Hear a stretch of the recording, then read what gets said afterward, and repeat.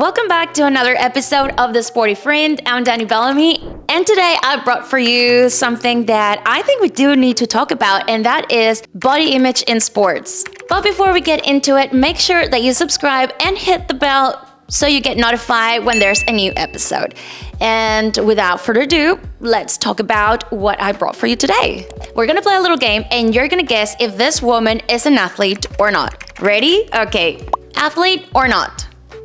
Athlete or not? Athlete or not? Maybe you said yes, maybe you said no, but if you said no, let me tell you that all these three athletes are Olympic champions.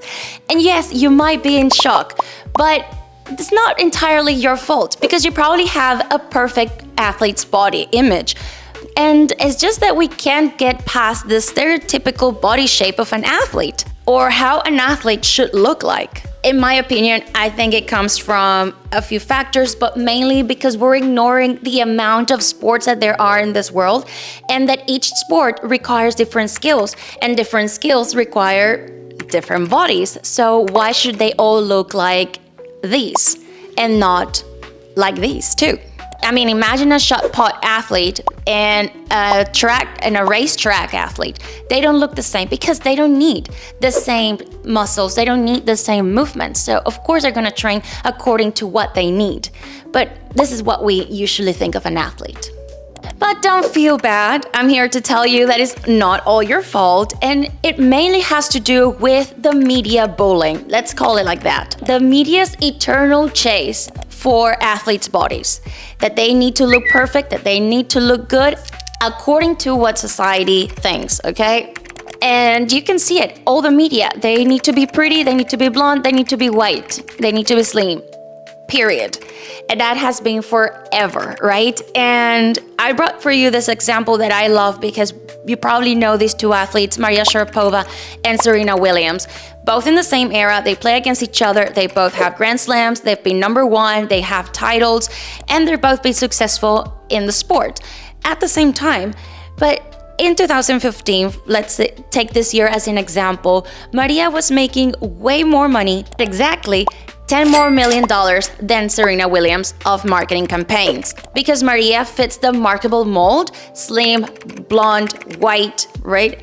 And Serena Williams, despite that she had more Grand Slams, being number one in the world for way more weeks, she's always been battling during her entire career against the media, against what people think about herself. That she's always been told that she's too muscular for a woman, too strong for a woman, too manly or not feminine enough. She's been bombarded her entire career because there's a before and after Serena that you probably don't remember that much. You only remember the GOAT, but not so long ago, it was in 2018 that she was playing at the Roland Garros, the French Open in Paris. This is around May and June, so it's pretty hot in Paris around that time. And on her first match, she showed up like this, wearing a cat suit, long sleeves, very sexy, and it was banned after her first match. The tournament director told her that it was going to be banned and she wasn't allowed to wear it anymore. Regardless that Nike designed this for her specifically for medical reasons. She was going through blood clots. She couldn't basically play without long pants. So that was devastating to see that somebody with her power, with her titles, with her career, was told that she wasn't looking tennisy enough, because that is more important than what she was going to perform. And not all athletes have her same mental strength. They don't all can't get past these media bullying. There are a lot of athletes that get into eating disorders, into depression, and some of them even quit their sport. So it's very important that we talk about it and to see how much it affects how we see women in sports. You might think that we are going progressive, that we are improving, but that was 2018. Well, last year at the Olympics in Paris again, at the boxing event, the golden medalist, Imane Khelif, she is 25 years old from Algeria. She won against an Italian boxer, and the Italian prime minister, who is also a woman, was telling her to get tested because she might be transgender, because she looked too manly and not too feminine. So there must be something wrong, and that's why she won.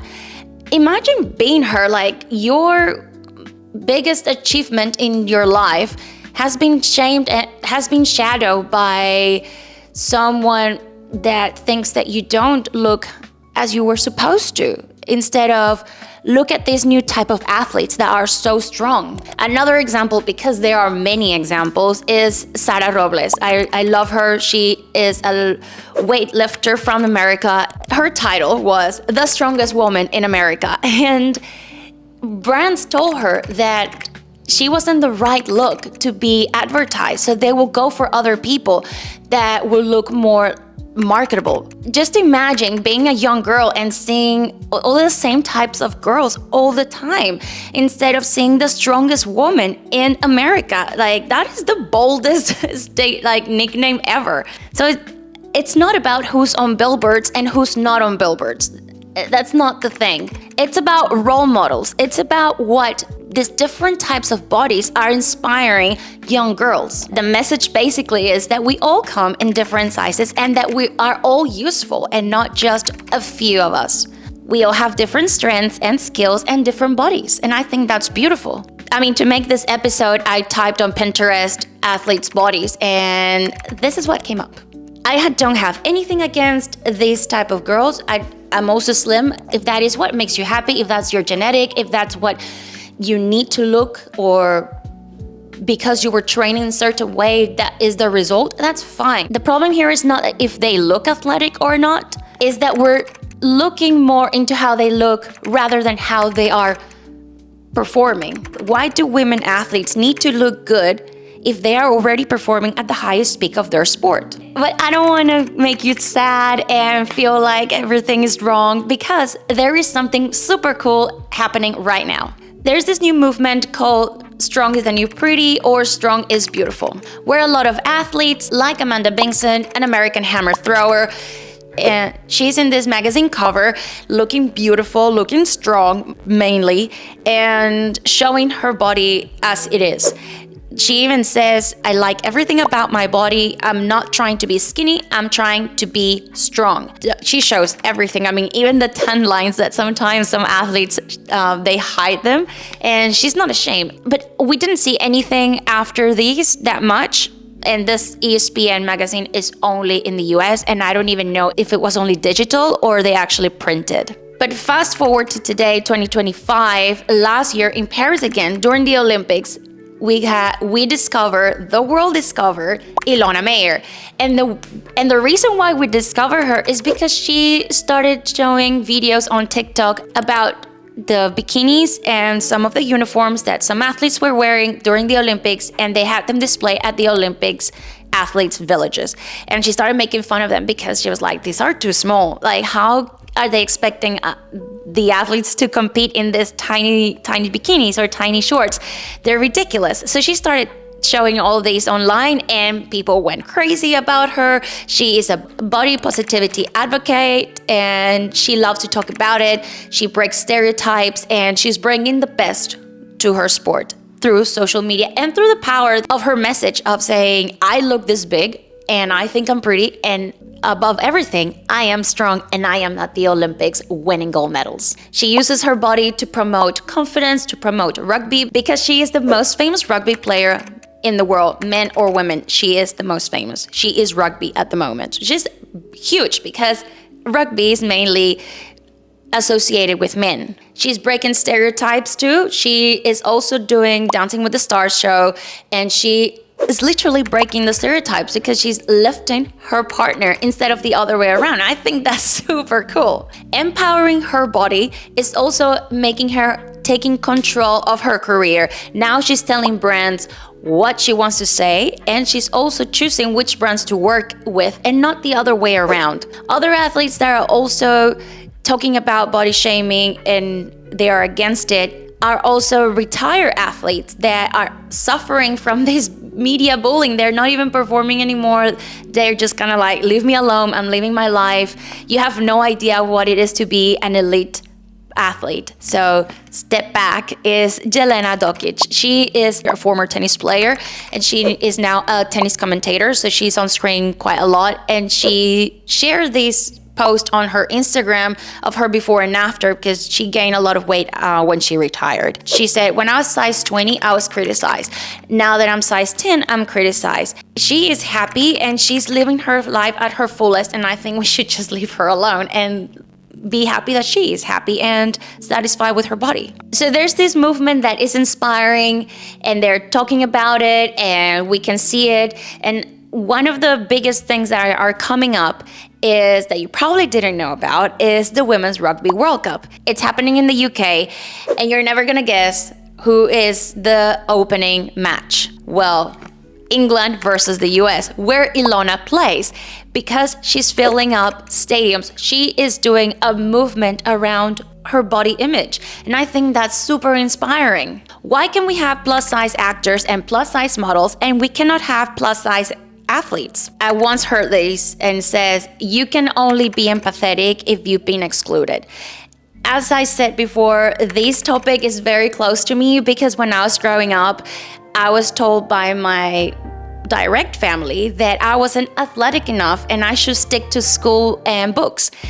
And I obviously didn't. I mean, I did, and I also did not listen. And I did what I wanted, and I thought, well, I love sports. I might not have stick to one, but I do a lot of different sports, and I love being active. And I broke that stereotype that was implemented on me before even giving me a chance. So I think it's very important what we say to young girls. It's very important that young girls see role models and different role models in the media, on TV, that also us say positive things about athletes when they look different and not necessarily skinny and with a six-pack, because not all of them have that. And to know that your body is real and has a lot of power and different skills. It took me a long time to get out of that trauma, to think that I was never fit enough. When I see women like Serena or Ilona speaking on how their bodies are strong and beautiful, it makes me feel better and not trying to shame my body all the time, or never. Your body gives you all the possibilities that you ever dream of. So why we don't look after them and also be nice to them and look after other women's bodies and be nice to them too. The new era of athletes are telling us, and they're telling the brands, and they're telling the entire world that we're all different, that we all come in different shapes and sizes, and that there is not one stereotypical athlete's body. Actually, I think if today I see a brand that is not supporting this, I don't think they are inclusive. So I guess the question today for you would be, are you being mean to other women based on their looks? Are you accepting diversity?